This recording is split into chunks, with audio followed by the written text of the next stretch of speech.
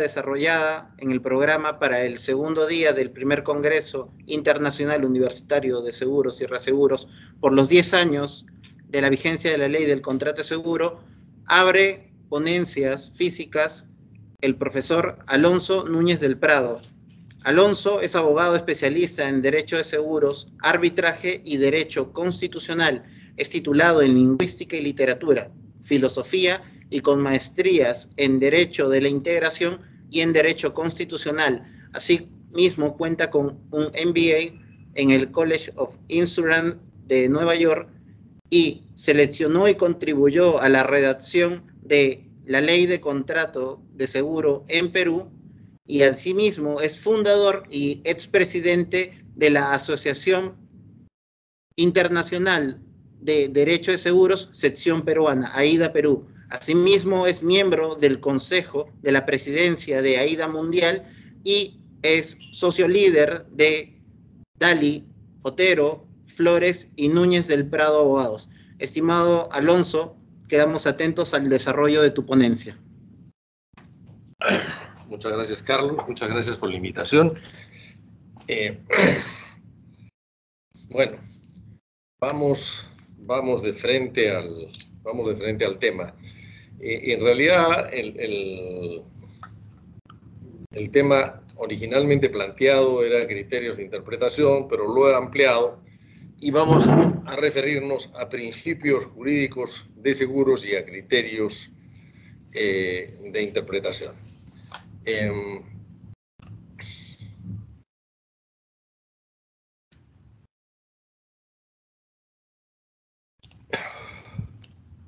Y no llega a abrir con la copa, ¿por qué?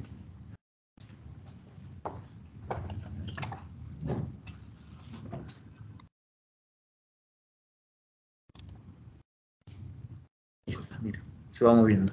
No, pero a lo que me refiero es que cuando tú aprietas la copa debería salir el... Ah, no, sí está en completo allá. Sí está. Ahí está, ya. Mira, okay. Y con eso lo controlas.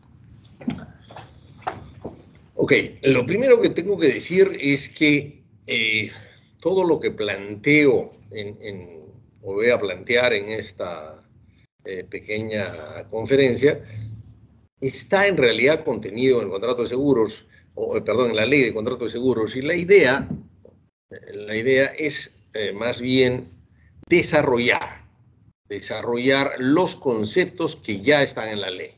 Sin embargo, están planteados como una propuesta de modificación a la ley. La primera es la introducción de o la incorporación de un artículo nuevo en la ley, que sería el artículo primero, y que básicamente lo que dice es que la actividad aseguradora administra fondos del público provenientes de las primas de seguros y por tal motivo es controlada y supervisada por la Superintendencia de Banca, Seguros y AFP, y que vela porque se respeten los derechos de los asegurados. Perdón.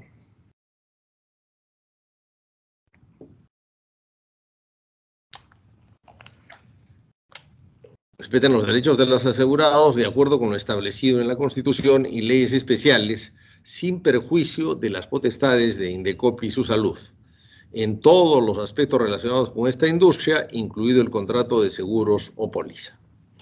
La ley busca preservar las bases técnicas y económicas del seguro y al mismo tiempo proteger los intereses del usuario, por lo que el respeto a los derechos humanos y a los contratos internacionales que los sustentan es mandatorio, en especial en lo referente al derecho a la salud. Esta es una explicitación de algo que usualmente no se dice, ¿no? Si a alguien le pregunta por qué el sistema asegurador o el sistema financiero es supervisado, la respuesta clásica y típica, incluso de algunos tratadistas, es porque es importante. En el fondo, y está de alguna manera señalado en el artículo 87 de la Constitución, es que tanto los bancos como las financieras, obviamente las AFPs, y los seguros son sistemas que administran fondos del público. En consecuencia, ser asegurador resulta ser casi como un concesionario del Estado para administrar un negocio. Eso no se dice, a mucha gente le incomoda que se diga, pero es la verdad. Ahora, esto está de alguna manera distorsionado por el hecho de que las aseguradoras están organizadas como sociedades anónimas, ¿no? Al ser organizadas como sociedades anónimas, este tema queda un tanto oculto. Hay una especie de velo, ¿no? El velo societario, la ficción jurídica de la existencia de la sociedad anónima hace que esto no se vea claro, ¿no? Es mucho más obvio en los países anglosajones, porque ahí se desarrollaron, sobre todo en Estados Unidos, las aseguradoras mutuales, y las aseguradoras mutuales hacen obvio lo que acabo de explicitar, ¿no? Entonces, lo que pretendería este artículo es básicamente eso, y además también explicitar el tema de los derechos humanos. Existe un documento de Naciones Unidas que dice que todas las empresas, todas, no solo las de seguros, están obligadas a la protección de los derechos humanos, ¿no? En un caso emblemático, que fue el de Rojas contra el Estado de Chile, se quedó muy claro que el derecho a la salud como derecho humano merecía una especial protección, y incluso implica que, como en todos los derechos fundamentales, no se puede retroceder, o sea, no se puede decrecer. Si tenemos esto en cuenta, en realidad, todas las exclusiones que se hayan creado o incluido en las pólizas después de que entró, de que fue notificada esta sentencia, no son válidas. Porque el derecho fundamental a la salud, como cualquier otro derecho, no puede decrecer. En consecuencia, no se puede hacer exclusiones adicionales. Lo que señalo es tremendamente importante, pero también tremendamente olvidado. O sea, a mucha gente no le resulta cómoda estas afirmaciones. ¿No corre?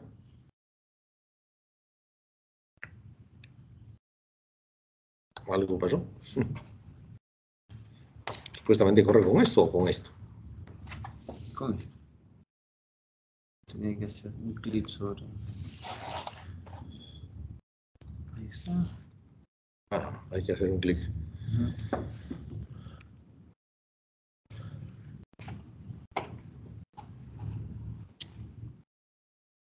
Bueno, entonces, luego de mencionado lo que acabo de decirles, me he permitido hacer una especie de desarrollo de cada uno de los principios que están incluidos actualmente en la ley de contrato de seguros, ¿no? La inclusión de principios fue idea mía. Ahí tengo que reconocer mi autoría directa, y estuvo profundamente marcada por mi experiencia anglosajona. Yo creo que en el sistema anglosajón, digamos, los jueces tienen más libertad, es un derecho jurisprudencial, es un derecho diferente. Entonces, probablemente somos la única ley que incluye principios, pero a mí me pareció tremendamente importante incluirlos, y de hecho la experiencia me ha dado la razón. La experiencia me ha dado la razón, porque esto permite a los jueces o a los árbitros el desarrollo de aspectos que no estaban expresamente indicados en la ley y normalmente no lo están. O sea, se tendría que recurrir a principios generales del derecho o principios generales de derecho de seguros para aplicarlo, y eso suele ser más complicado, porque además hay una enorme ignorancia en el sistema judicial y de arbitraje respecto de derecho de seguros. El primer principio es el principio de máxima buena fe, que es un principio, digamos, está establecido en el Código Civil, es un principio establecido en todos los contratos, pero que en el derecho de seguros tiene una importancia inusitada. Ahora, siempre la importancia inusitada se cargó para que el que procediera de buena fe fuera el asegurado. En realidad, el principio, y eso desde la ley inglesa de 1906, la ley de seguro marítimo inglesa de 1906, ya incorporaba el principio de máxima buena fe, o ubérrima bona fide, como se dice en latín, que es de máxima buena fe. O sea, se agrega máxima, ubérrima, para señalar que en el contrato de seguros la buena fe es especialmente importante, ¿no? Entonces, acá sí hay un margen de interpretación que me parece extraordinariamente importante, y yo creo que está incorporado en nuestra ley, como vamos a ver más adelante. Entonces, lo que digo es que el contrato de seguro es un contrato de buena fe. Las partes deben proporcionar la información que sea de interés para la otra en la suscripción del contrato. La buena fe en sus manifestaciones de lealtad, creencia, probidad es un débito contractual recíproco del tomador, asegurado, beneficiario y asegurador, que se inicia en la etapa precontractual y tiene vigencia durante todo el contrato, en especial durante la liquidación de la pérdida o siniestro. Y acá agrego 3 aspectos que me parecen extraordinariamente importantes. Son parte del principio de buena fe, el principio de razonabilidad. O sea, ser razonable es parte de la buena fe.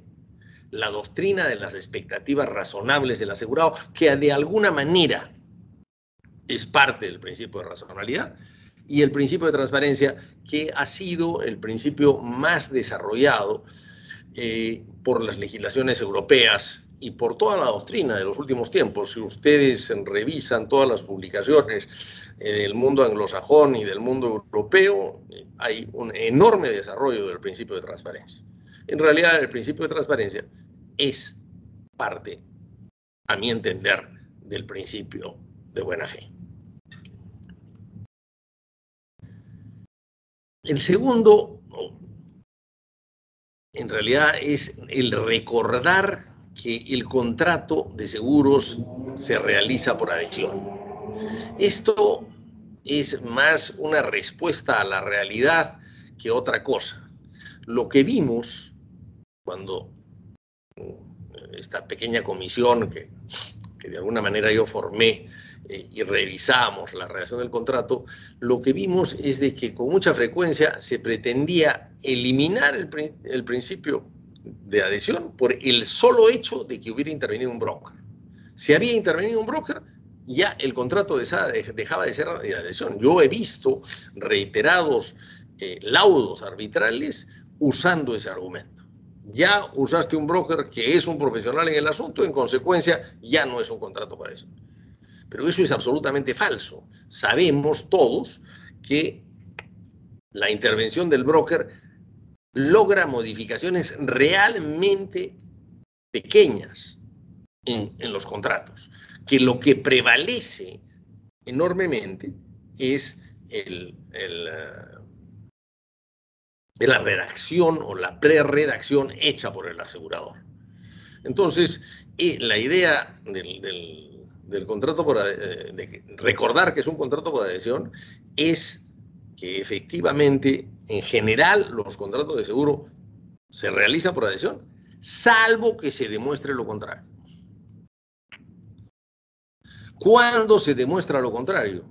Cuando tú le muestras al juez o al árbitro, y obviamente eso lo tiene que hacer la aseguradora, de que en el contrato se han hecho modificaciones muy, importantes con relación a la redacción original que tenía la póliza por el asegurador. Entonces, hacer modificaciones no son simples modificaciones, que de hecho los brokers más grandes consiguen modificaciones, muchas veces sin mayor importancia, algunas tienen algún tipo de efecto en algunos siniestros, pero en el fondo los contratos de seguro siguen siendo básicamente los prerredactados por las aseguradoras. Entonces, en este artículo está incluido el tema de los grandes riesgos, ¿no? Tuvimos toda una discusión después de aprobada la ley para que se excluyera a los grandes riesgos de la aplicación de la ley. Y tal como venía la cosa, hubiera pasado probablemente lo mismo que pasó en Chile, que se excluyeron a grandes riesgos que no son grandes riesgos. Hasta donde recuerdo, en Chile un gran riesgo es una póliza que paga más de $7.500. O sea, podría ser hasta un seguro domiciliario. Es completamente absurdo. Y simplemente usando la argumentación de lo que se había hecho en el mercado europeo, ¿no? Y en realidad el mercado europeo no es que no aplique la ley, sino que ya no aplica la ley específica, sino tiene que aplicarse otra, pero siempre se aplica una ley. Entonces, decimos que se considera grandes riesgos a los asegurados que puedan negociar paritariamente las condiciones de sus pólizas. En ese caso, se reduce la interpretación contraproferente, pero independizando cada póliza y eventualmente solo algunas de sus cláusulas. Esto quiere decir de que si uno logra una importante modificación en una cláusula, eso no quiere decir que todo el contrato se convierte en un contrato que ya no es por adhesión. O sea, haber conseguido una modificación en una cláusula significa que respecto de esa cláusula deja de ser de adhesión. O sea, tenemos que partir el contrato en partes y saber. Otra cosa que suele ocurrir con mucha frecuencia es que un gran riesgo, incluso un gran riesgo verdadero, para decir en el Perú probablemente un grupo económico que paga $5 millones o más en primas, puede negociar de igual a igual varias pólizas, muchas de sus pólizas, pero hay otras que no puede negociar, porque por el riesgo específico, porque requiere un reaseguro especial, por razones técnicas, de mercado, etcétera. Muchas veces una de las pólizas o varias de sus pólizas son completamente impuestas. Entonces, no por el hecho de ser gran riesgo, esa póliza deja de ser por adhesión. O sea, es una póliza por adhesión de todas maneras.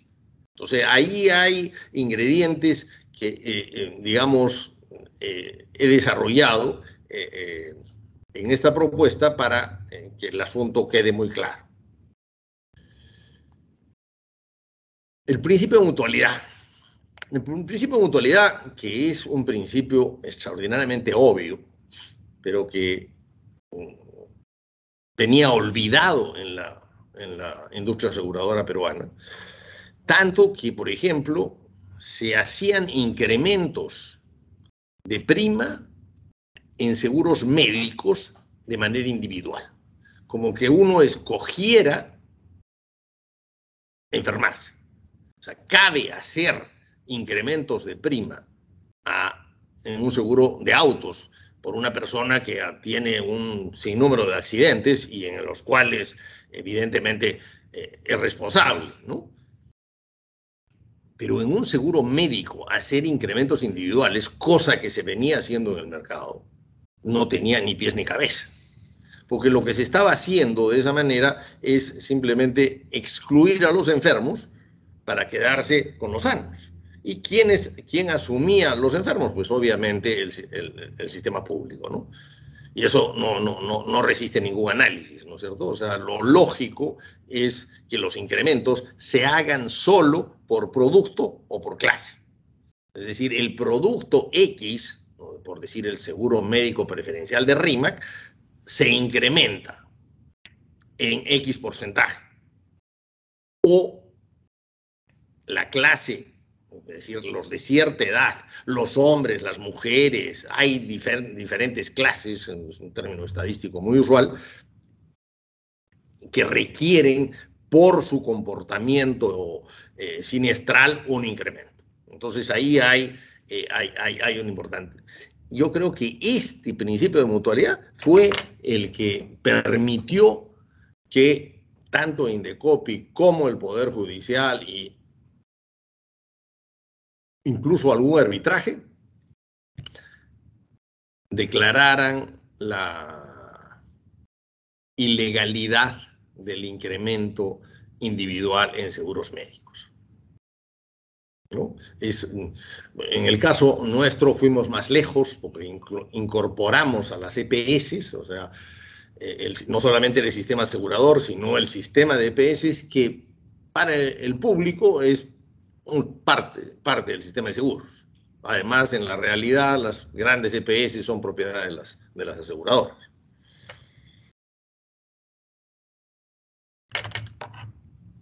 El principio de indemnización no requiere mayor explicación, es uno de los principios clásicos de los seguros en general, y la idea es, obviamente, de que el asegurado regrese a la posición en que estaba antes de que ocurriera el siniestro, ¿no? Acá, en el principio de indemnización, está básicamente la prevención de los aseguradores de que nadie lucre con el seguro, ¿no? O sea, que en realidad lo que se indemnice sea, digamos, nunca más, o sea, que no se puedan hacer negocio con el seguro, porque obviamente eso incrementaría los siniestros, ¿no? Si es que podemos cobrar más, vamos a descuidarnos o incluso a crear siniestros, ¿no? De ahí que hay dos principios que son parte del principio de indemnización, que son el principio de subrogación y el principio de contribución. El principio de subrogación significa que si la aseguradora indemniza al asegurado, se subroga en los derechos del asegurado respecto de terceros que podrían ser responsables. Y el principio de contribución es el que establece que no se puede cobrar, salvo alguna excepción, dos pólizas sobre el mismo riesgo, ¿no? Si yo aseguro mi fábrica en una compañía y en la otra, al final cobro doble, ¿no? La idea es de que las dos contribuyen proporcionalmente a la atención del siniestro. Esto obviamente tiene excepción en los seguros de vida, en los seguros de accidentes, etcétera. Pero la idea del principio de indemnización es bastante conocida, ¿no? El interés asegurable es también algo muy conocido en el sistema asegurador, lamentablemente muchas veces no bien entendido, ¿no? Si uno tiene interés en el bien asegurado, puede asegurarlo, y además no solo puede asegurarlo, sino también puede cobrar el siniestro, porque uno puede tener interés asegurable en un bien y dejar de tenerlo durante la vigencia y ya no puede cobrar el siniestro. O sea, el interés asegurable no es solo al contratarse la póliza, sino también en el momento de cobrarse la indemnización, ¿no? Obviamente esto también tiene excepciones en los seguros de vida, ¿no? Que son, digamos, una condición diferente, como también el caso del principio de indemnización tiene excepciones en los seguros, digamos, a valor de reemplazo, ¿no? Que aparentemente el asegurado lucra, pero esto solo se acepta cuando, digamos, no es posible reemplazar una máquina en un proceso industrial con el monto asegurado. Si tenemos una máquina hecha hace 15 años, pero que funciona bien dentro de toda la industria, el día que se malogra o se siniestra, esa máquina, el costo de la máquina no no alcanza para reponerla. Entonces, en esos casos se permite el valor de reemplazo. Pero bueno, estas son cosas bastante conocidas y no vale la pena hacer mayor incidencia en ellas. La doctrina de la causa adecuada es bueno, una de las cosas más complejas en el tema de seguros, ¿no? En realidad, en el sistema anglosajón se dice la doctrina de la causa próxima. Y nosotros optamos por denominar la causa adecuada porque ya nuestro Código Civil había optado por esa opción. Lamentablemente esto dio origen a una discusión que no venía al caso, pero para la doctrina de derecho civil peruana, la causa próxima es una cosa muy diferente de lo que es la causa próxima para el derecho anglosajón. La causa próxima para el derecho anglosajón se parece mucho más a la causa adecuada, ¿no? Entonces, no creo que valga la pena, en realidad, el tema de la causa del siniestro o de la causalidad del siniestro es un tema para desarrollarse en una ponencia larga, incluso para escribir un pequeño libro. El último de los principios es el de la competencia de jueces tribunales arbitrales peruanos.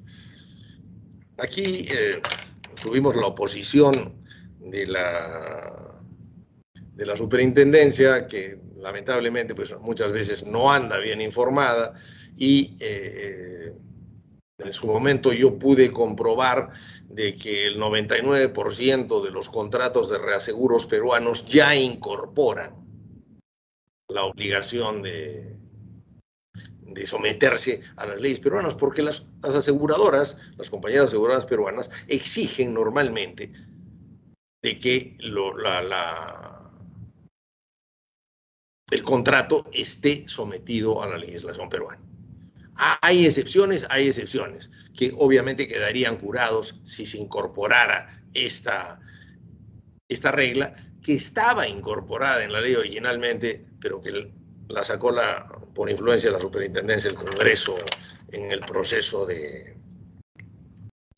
aprobación. Entramos ahora al tema que era el tema original de esta conferencia, que es el tema de criterios de interpretación. Ustedes saben que la ley peruana tiene un artículo que se llama reglas de interpretación. Yo creo que ahí hay, para empezar, un error. No se debe llamar reglas, deben llamarse criterios. No son cosas impuestas, sino eso, criterios que deberían aplicarse al interpretarse el contrato de seguro. Acá empiezo con una introducción de todo lo que cómo ha cambiado la idea de interpretación, que es algo bien poco conocido, salvo en los ambientes especializados, muy especialmente en el ámbito del derecho constitucional. El tema de cómo ha evolucionado la hermenéutica jurídica es un tema profundamente desconocido. O sea, cuando se pretende interpretar normas, las cosas han cambiado tremendamente. Leo textualmente lo que escribí. Verdad, objetividad, neutralidad y seguridad son algunos de los objetivos pretendidos por la hermenéutica jurídica tradicional. La búsqueda de la intención del legislador fue durante mucho tiempo el fin buscado para esta, o por esta. Pero a raíz de la crisis de las propuestas de Hart y Kelsen y de los positivistas en general, una nueva hermenéutica se ha desarrollado desde la filosofía con Schleiermacher, Dilthey, Heidegger y más recientemente Gadamer.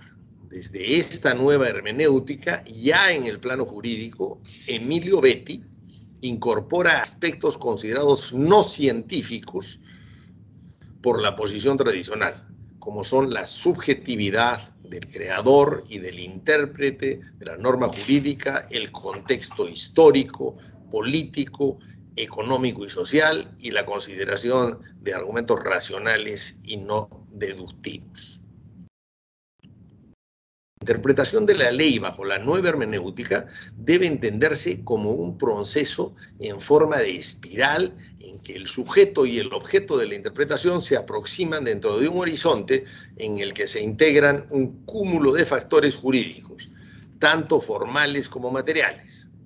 Dice Gadamer, la búsqueda del juicio justo no es una mera subsunción del caso particular en algo general, las cláusulas de la ley, sino que la búsqueda de las cláusulas rectas se basa en una decisión propia, creativa, complementaria y perfeccionadora del derecho. O sea, hay una evolución, hay un proceso creativo en la interpretación.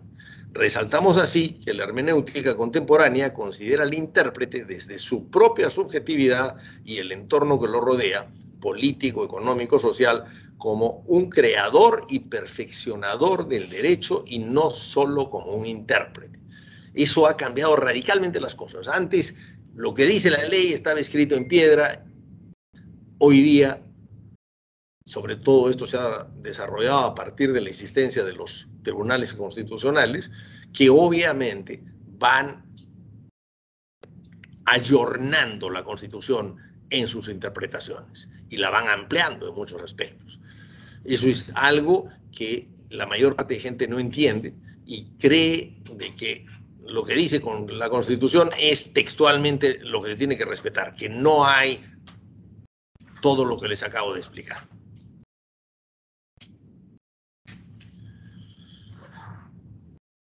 A continuación voy a desarrollar un poco, separando por temas, lo que ya está en la ley y he incorporado algunos casos más y alguna explicación mayor, ¿no? Los he separado por temas, por, digamos, casos específicos, etc. Entonces, el tema fuentes. El tema fuentes dice, todas las cuestiones jurídicas se rigen por la ley del contrato de seguro y por las que convencionalmente se acuerden en cuanto no vulneren los principios esenciales de la naturaleza jurídica del seguro. Solo se aplicará el derecho común a falta de disposiciones de derecho de seguros en cuanto no pudiera recurrirse a la analogía. 2. El uso y la práctica generalmente observados en el comercio y en los contratos de igual naturaleza, y especialmente la costumbre, prevalecerán sobre cualquier significado que se pretenda dar a las palabras. Esto ya está en el artículo 2 del Código de Comercio de 1902, que debe ser de los pocos artículos vigentes. O sea, el hecho de recurrir a la costumbre, porque en general en derecho comercial se recurre a la costumbre. Las condiciones particulares prevalecen sobre las condiciones especiales y estas sobre las generales. Las cláusulas manuscritas y las mecanografiadas predominan sobre las impresas. Acá hay una confusión en cierto momento. En el Perú se invirtió el tema de condiciones particulares y especiales, y hoy día se dice particulares a las especiales y especiales a las particulares, pero en verdad el principio es bastante obvio, ¿no es cierto? Lo específico prima sobre lo general. Es esa básicamente la idea.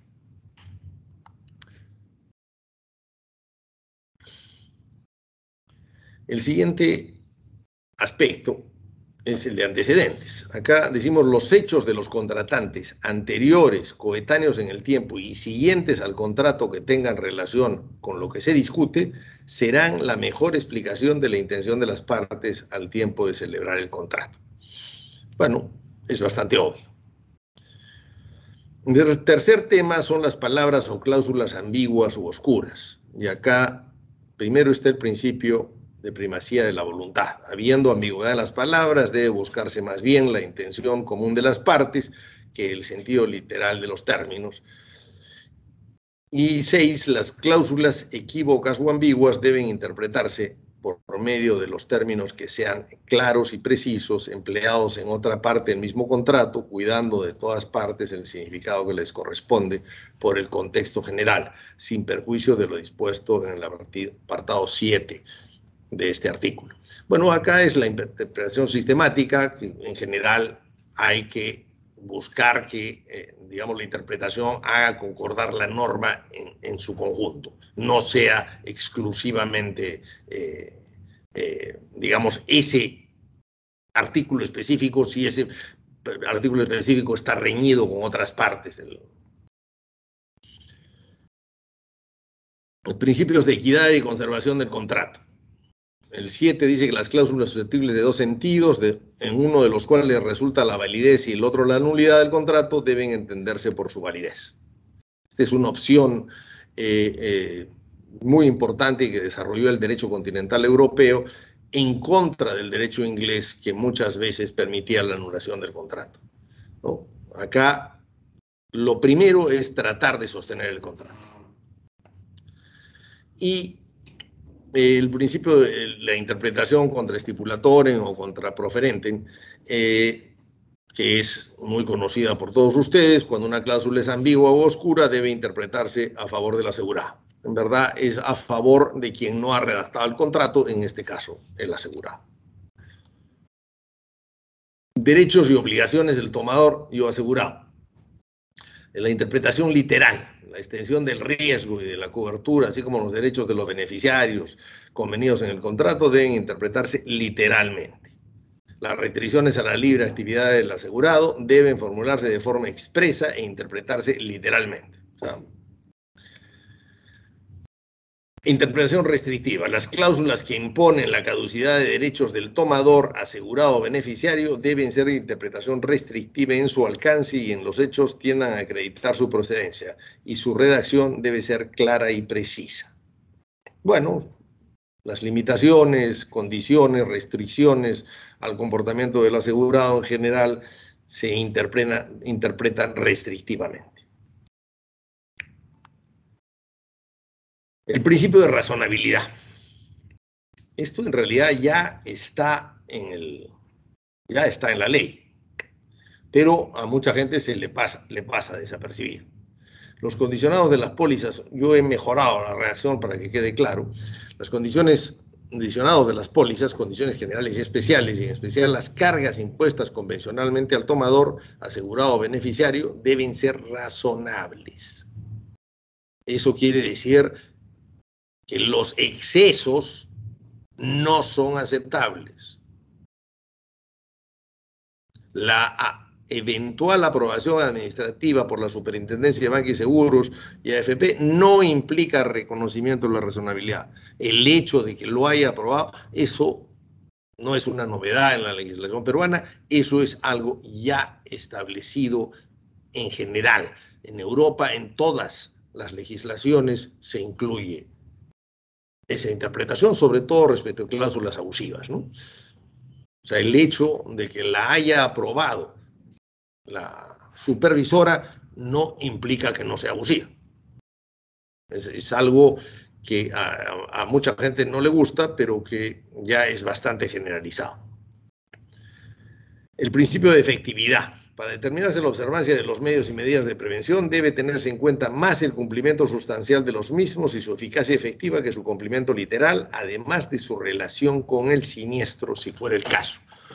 Eso quiere decir, por ejemplo, que si existe una cláusula de garantía en una póliza robo que establece que el asegurado tiene que poner guardianes en la ala, digamos, sur y en la ala oeste, y el asegurado no cumple, esto no lo excluye, no excluye de que le paguen el siniestro si es que el siniestro no ha tenido nada que ver. Es decir, por ejemplo, si el ladrón entró por la zona norte, o sea, no tuvo nada que ver con el incumplimiento de la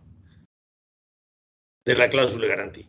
Si entró por la zona norte o la este, que no estaban dentro, entonces evidentemente el cumplimiento de esta cláusula de garantía no hubiera evitado el siniestro, en consecuencia el siniestro es indemnizable.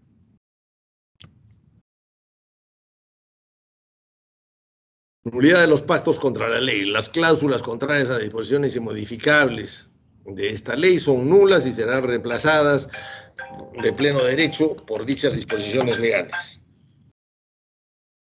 Reconocimiento tácito. Esta es la última regla de interpretación, que dice que la participación del asegurador en la designación de peritos por sí o por pacto con su reasegurador para la evaluación de los daños importa su renuncia a invocar las causales de liberación conocidas con anterioridad que sean incompatibles con esa participación.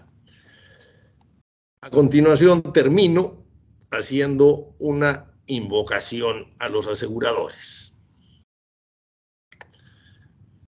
Ha llegado la hora de abandonar el cortoplacismo, de pensar en el largo plazo y no en los balances de fin de año. Para construir un mercado sólido en que los asegurados confíen en sus aseguradoras, es necesario que se abandone la práctica de rechazar siniestros así como sea posible. Hay que proceder exactamente al contrario. Pagar todos los siniestros posibles y solo rechazarlos cuando la falta del asegurado sea muy grave o esté claramente fuera de cobertura. Si actuar de esta manera lleva a la necesidad de incrementar las primas, pues habrá que hacerlo.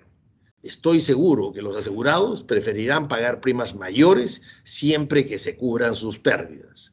Si la industria en su conjunto decide tomar el camino que le sugiero, creo que puedo garantizarle que la penetración de los seguros en el mercado crecerá en tales proporciones que lo que no gane en el corto plazo lo obtendrán con creces en el futuro.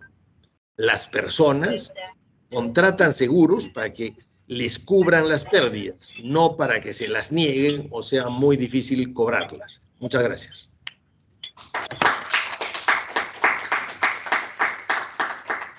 Muchas gracias, estimado Alonso. Entonces, damos paso a la ronda de preguntas. ¿Quién quiere hacerle una pregunta a nuestro ponente?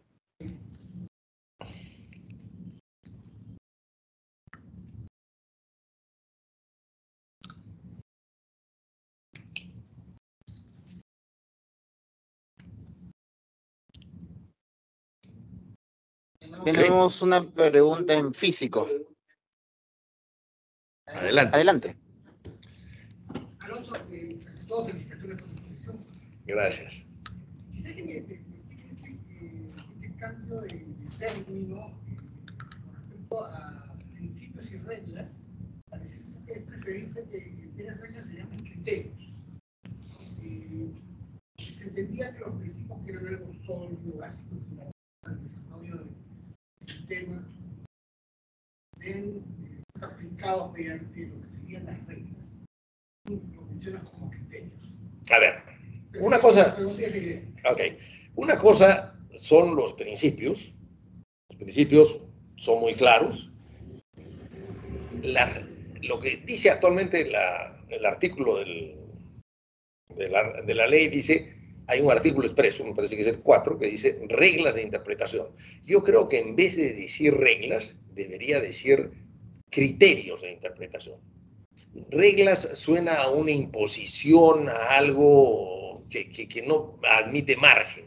Yo creo que es mucho más razonable usar la palabra criterios de interpretación. Eso es básicamente.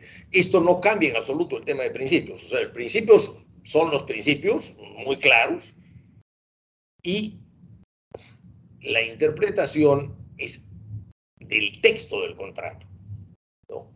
Es una cosa en la que obviamente usas los principios.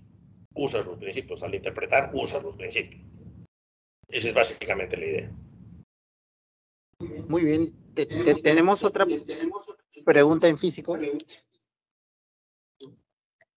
Sí, mucho gusto, doctor. De manera independiente al tema tocado, quisiera su apreciación sobre lo siguiente. Hoy en día muchos trabajadores dependientes tienen el seguro vida ley en base a lo que contrata su empleador, pues, ¿no? El problema en la práctica cuando yo he visto es que finalmente cuando ocurre el fallecimiento, digamos, de un trabajador, los familiares desconocen cuál es el trámite y ante qué aseguradora recurrir, ¿no? Y eso me parece un poco transparente.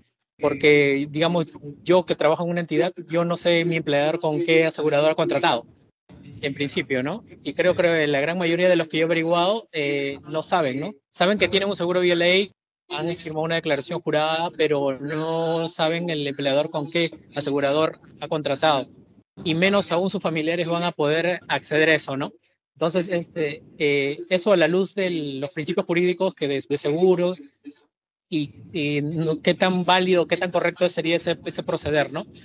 Porque yo, bueno, soy nuevo en el tema de seguros, de forma accidental me he tomado con casos prácticos y he visto esa situación un poco particular. Y quisiera un poco, no sé si de repente puedo dar alguna pauta al respecto. Bueno, la verdad es que la respuesta es relativamente simple, porque en realidad lo que hay es, existe una página de la superintendencia donde están publicados todos los casos. Aparte de eso, la práctica incluye que una vez que se contrata la póliza, se le da una copia al asegurado. Entonces, en principio, no debería tener problema. Pero si ocurre de que el asegurado pues pierde la copia o sus deudos no le encuentran o lo que fuera, existe la página que ciertamente mucha gente desconoce, pero hay una página en la superintendencia en la que están publicados todos los contratos de seguro y buscando por nombre se ubica. No, ¿por qué? Muy bien. ¿Alguien en virtual quiere plantear alguna pregunta?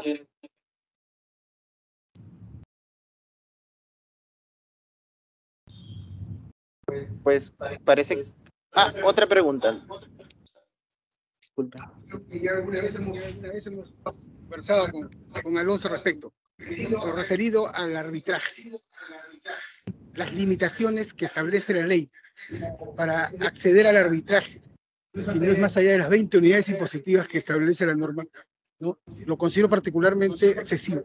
No sé cuál es tu opinión, si lo mantienes ahora a 10 años de la aplicación de la ley.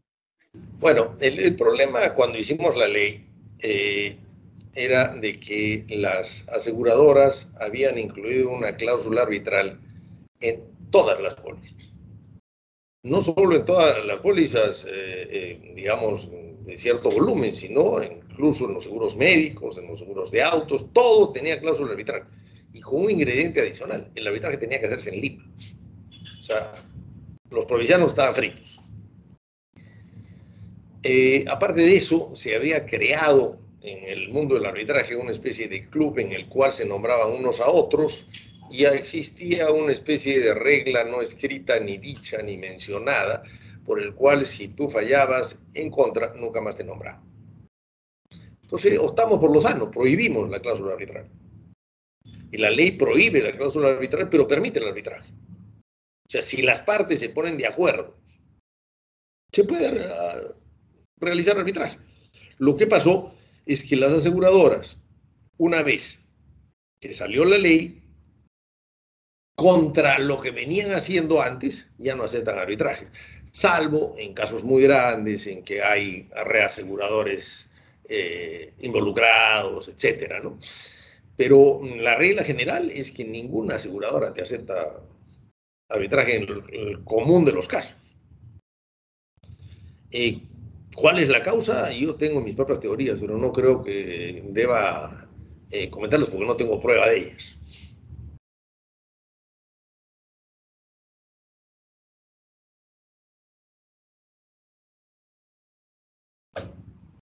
Bueno, creo que le toca a Carlitos. O sea que muchas gracias, muy amables.